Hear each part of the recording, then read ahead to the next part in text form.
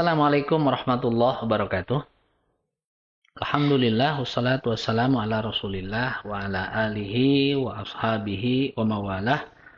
Allahumma faqihna fid din wa alimna at-ta'wil, amma ba'du. Para pemirsa, di kesempatan ini saya ingin menyampaikan perihal menjual kulit hewan kurban. Ini menjadi buat panitia hewan kurban. Ini sesuatu yang hampir dilakukan oleh kalau dikatakan tidak 100%, mungkin 90% ya. Kulit dari hewan kurban tersebut dijual. Nah, ini bagaimana hukumnya? Saya ingin memulai dengan dua kategori hukum dari berkorban. Berkorban itu hukumnya tidak ada yang wajib, kecuali kurban nazar. Ya. Jadi kalau kurban nazar itu jadi wajib. Nah, sementara kalau kurbannya bukan nazar, ini hanya sunnah, tapi sunnahnya sunnah muakkadah.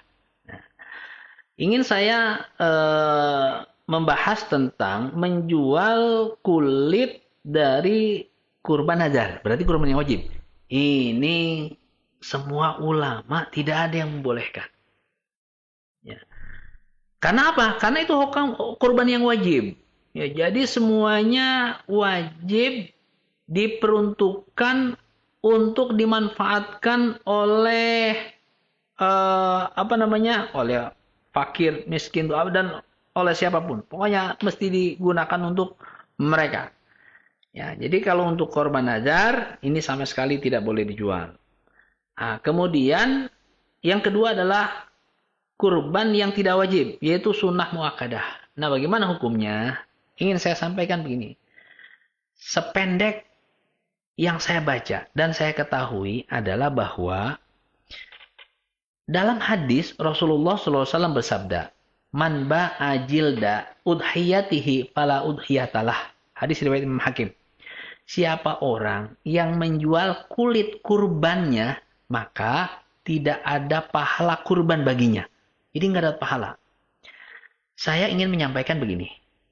Bagaimana kondisi di mana Rasulullah Shallallahu Alaihi Wasallam menyampaikan hadis ini, ya, dengan kondisi sekarang.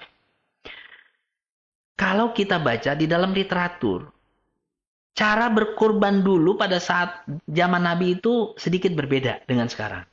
Dulu itu mereka, ya, berkorban nggak pakai panitia. Jadi sendiri-sendiri. Jadi hewan memang dia jadikan perantaraan untuk mendekatkan diri kepada Allah Subhanahu wa taala. Nah, ketika sesuatu tersebut sudah diperuntukkan untuk mendekatkan diri kepada Allah, tidak boleh ada yang balik kepada dia, ya, dengan menjual. Nggak boleh. Nah, itu seperti itu. Sekarang kondisinya beda. Sekarang kondisinya adalah para pekurban itu mengamanahkan, menitipkan hewannya atau mewakilkan hewan kurbannya kepada panitia. Nah, sekarang panitia, ya, itu kan sebenarnya sebagai wakil dari pekorban. Maka hukum wakil itu harus sama dengan muwakil. Ya kan? Jangan orang yang mewakili bilangnya A, kok yang mewakilkan B, nggak bisa. Jadi tetap saja panitia hakikatnya itu tidak boleh menjual daging. Menjual kulit atau apapun itu.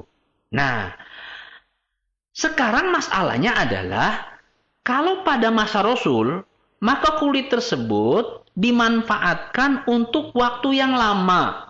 Dibuat alas buat sholat. Dibuat kantong-kantong untuk minum, dibuat sarung pedang. Jadi manfaatnya lama. Jadi peruntukannya untuk itu. Jadi untuk manfaat. Sekarang nih, apakah kulit hewan, apalagi kulit kambing, adakah orang yang bisa memanfaatkan untuk itu? Itu masalahnya. Itulah yang kemudian terjadi.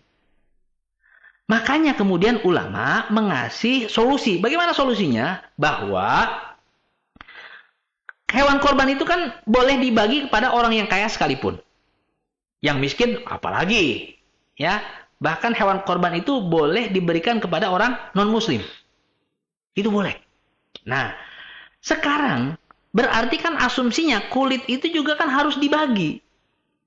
Namun mesti diingat bahwa ketika kulit tersebut diberikan kepada orang dan orang tersebut kita yakini tidak bisa mengambil manfaat dari kulit tersebut, maka kita bisa pastikan kulit ini akan mubazir karena tidak dimanfaatkan. Pertanyaannya adalah mana yang lebih maslahat menjadikan kulit tersebut sebagai sesuatu yang mubazir karena tidak ada yang bisa memanfaatkan dengan dijual. Kemudian ada manfaatnya. Nah, karena itu ulama memberikan solusi. Bagaimana solusinya? Solusinya adalah bahwa kulit tersebut kalaulah dijual, itu dalam rangka menghindarkan mudorot yang lebih besar. Yaitu terjadinya kemubaziran.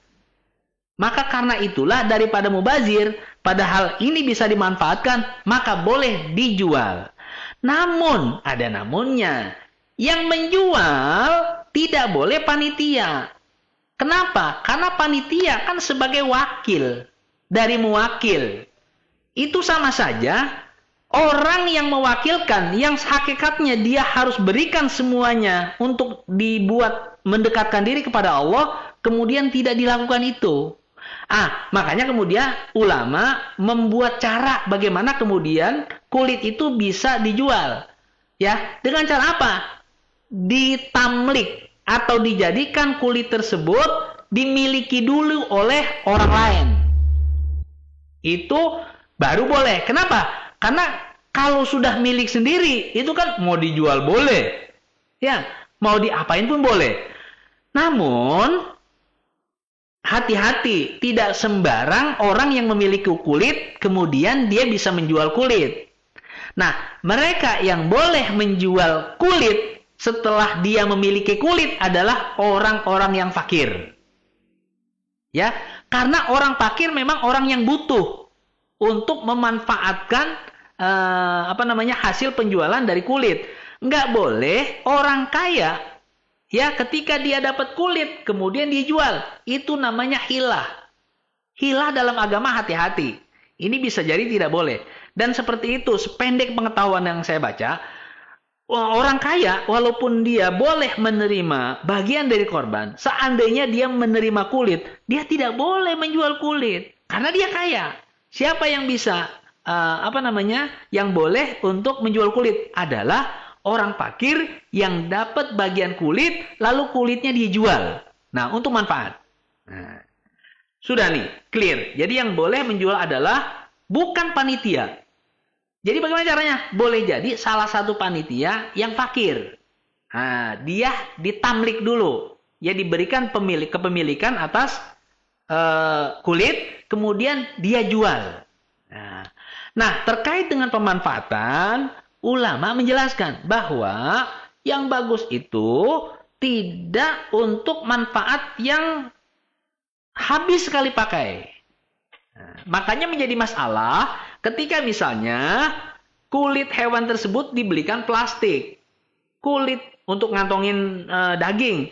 Kulit hewan tersebut dibelikan konsumsi para panitia. Ini jadi masalah. Kenapa? Karena itu sekali pakai habis.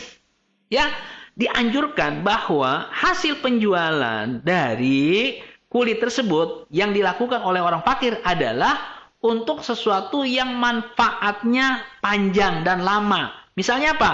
Dibelikan pisau. Dibelikan golok. Itu kan lama manfaatnya. Ya, mudah-mudahan kita bisa menarik benang merahnya bahwa tidak boleh orang yang berkorban atau panitia sebagai wakil dari orang yang berkorban menjual kulit. Jadi siapa yang boleh menjual kulit adalah orang yang memiliki kulit. Tapi ingat, ketika orang yang memiliki kulit ini dia menjual, dia memang harus orang yang butuh.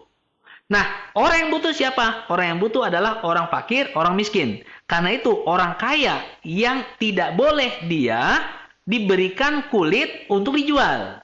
Karena dia kaya. Ya, mudah-mudahan ini menjadi jelas dan sedikit kita bisa melihat benang merahnya. Ya, dan tentu saja harapannya bahwa berkat ilmu ibadah kurban yang kita lakukan itu bakalan diterima oleh Allah, tidak sia-sia, tidak sebagaimana ancaman dari hadis yang diriwayatkan oleh Imam Muslim ini. Hati-hati, jangan sampai menjual kulit. Ya, itu bisa tidak sah kurbannya. Tidak sah mendapatkan pahala kurban. Ya, kalau seandainya tidak mendapat sah pahala kurban, tentu saja pahala sedekah kambing. Itu kan sedekah daging. Boleh, tapi kan sedikit sekali ya. Pahalanya lebih, bukan sedikit sekali, artinya jauh lebih besar pahala dari menyembelih hewan kurban. Jazakumullah ala istimaikum. Semoga Allah balas atas perhatian yang saya sampaikan ini. Saya akhiri ya. Billahi taufiq wal hidayah. Assalamualaikum warahmatullahi wabarakatuh.